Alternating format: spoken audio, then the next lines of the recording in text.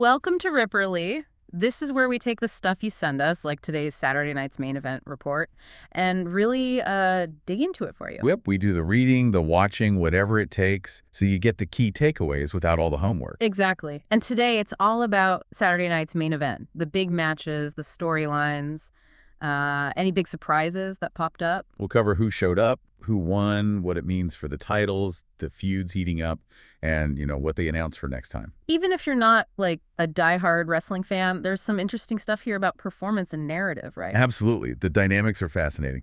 So let's jump in. Okay, so right away, the report mentions a whole load of people arriving. Drew McIntyre, Damian Priest, Chelsea Green, Zelina Vega, R-Truth, Jey Uso, Logan Paul. I mean, quite the lineup. Yeah, that immediately tells you it's going to be a big night. They're not holding back, sets the tone, high stakes right from the get-go. And they kick things off with that old school WWE intro, the one on the CRT screen. Nice touch.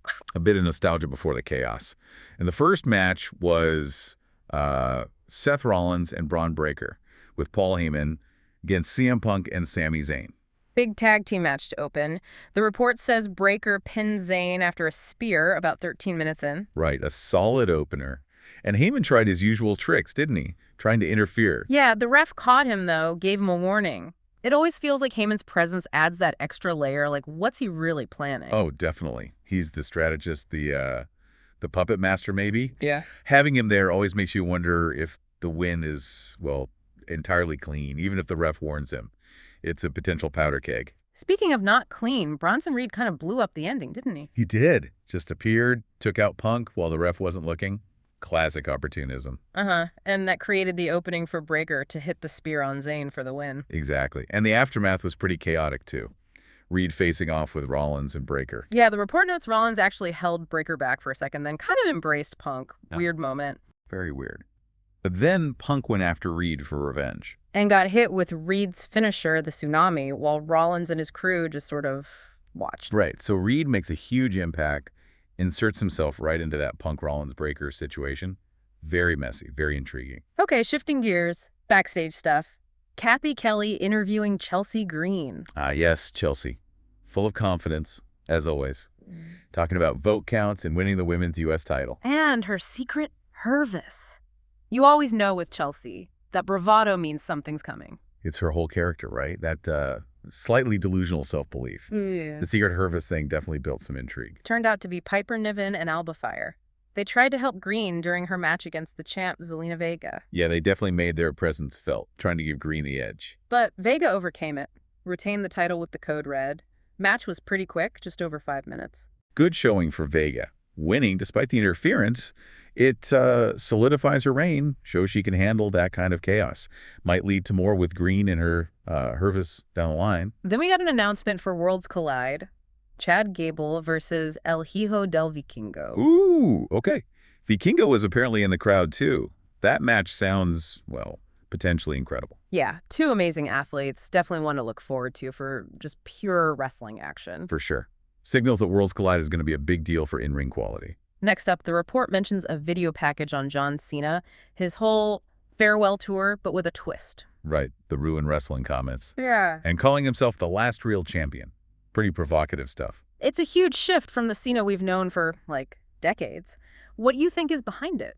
It's fascinating, isn't it? Maybe a reaction to, celebrity wrestlers, or maybe just a way to stay relevant, create buzz. Mm-hmm. It definitely makes him unpredictable. He's leaning into this sort of grizzled veteran, almost antagonist role. And that led into his match with R-Truth, which started interestingly. Yeah. Lillian Garcia gives Cena this special intro, and then Truth comes out doing the full early Cena impersonation. The gear, the music, the mannerisms. It was pretty funny. Good contrast to Cena's super serious vibe right now. Definitely lighten the mood before the match. Truth's comedic timing is just, that's great. The match itself wasn't long. Cena wins with the attitude adjustment, about 4.5 minutes. But the ending. Yeah, that's the main story. Cena grabs his title belt, looks like he might use it. Puts it down, but then hits Truth with a low blow while the ref's putting the belt away. Exactly. And then he picks up the belt and hits Truth with it anyway after the bell, before just leaving. That felt significant. Okay, this Ruin Wrestling last real champion thing isn't just talk. He's actually doing heel tactics. It's a clear character statement. The hesitation, then the cheap shot, then using the belt anyway. It confirms this darker, more aggressive Cena persona. He's willing to cheat to make his point. Okay, then focus shifted to Drew McIntyre and Damian Priest. Video package setting up their steel cage match. That feud's been heating up. Yeah, it needed a cage, honestly. Things have gotten pretty personal and violent between them. The cage match feels like a logical, brutal next step. Before that match, though, a quick backstage bit, Jey Uso bumps into Cena. Oh, right. Uso reminds Cena about eliminating him from the Rumble. But Cena seemed more focused on Uso's current situation, right? Defending his title against Logan Paul.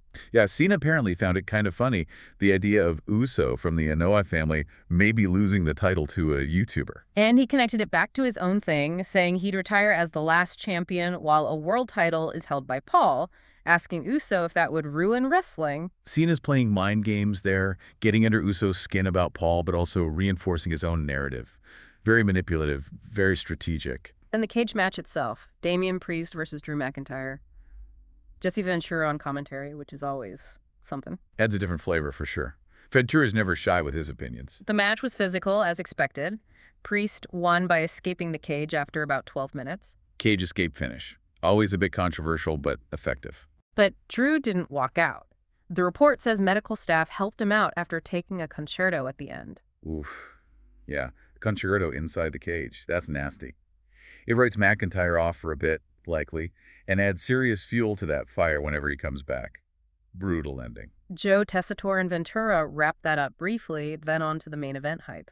Yeah, the video package for Jey Uso defending the World Heavyweight Championship against Logan Paul. Reminding everyone of their history. Good call, because it wasn't just a random match. There was build up there, prior encounters, raises the stakes. Definitely. Makes the main event feel earned. So the match happens. Jey Uso versus Logan Paul for the title. Went nearly 10 minutes. Pretty decent length for a main event. And Uso retained, right? Yeah. After the Uso splash. He did, but not without some shenanigans from Paul. Apparently, he exposed a turnbuckle pad. Sounds about right for Paul.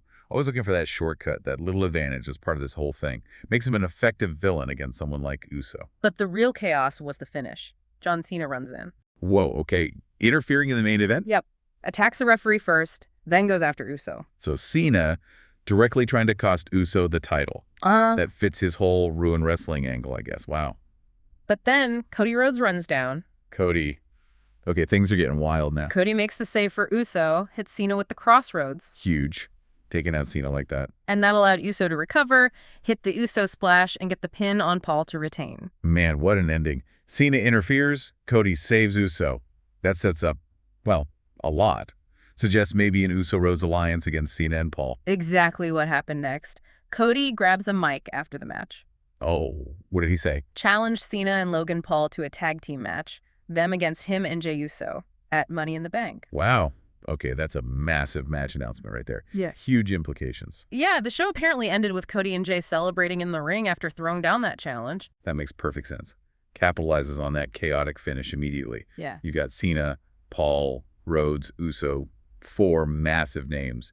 Intertwined storylines. That's your big Money in the Bank match right there. Brilliant booking, really. So let's wrap up this Ripperly deep dive. Saturday night's main event certainly delivered on action and story progression. Yeah, we had title matches, Zelina Vega holding strong, Jey Uso retaining amidst chaos, plus major developments with Rollins, Punk, Breakker, and now Reed. And the whole Cena situation escalating, the attack on Truth, the interference, and now this huge tag match set for Money in the Bank with Cody and Jey. It's that clash, isn't it? Cena, the established legend on this almost destructive path, versus the current top guys like Uso and Rhodes, with Logan Paul thrown in as this, disruptive outside force. Really sets the stage for the next few weeks heading into Money in the Bank. Lots of moving parts. Definitely. The big question, I think, is how solidified will these apparent alliances be? Like Uso and Rhodes teaming up, and what's Cena's next move after being challenged like that? Plenty to think about.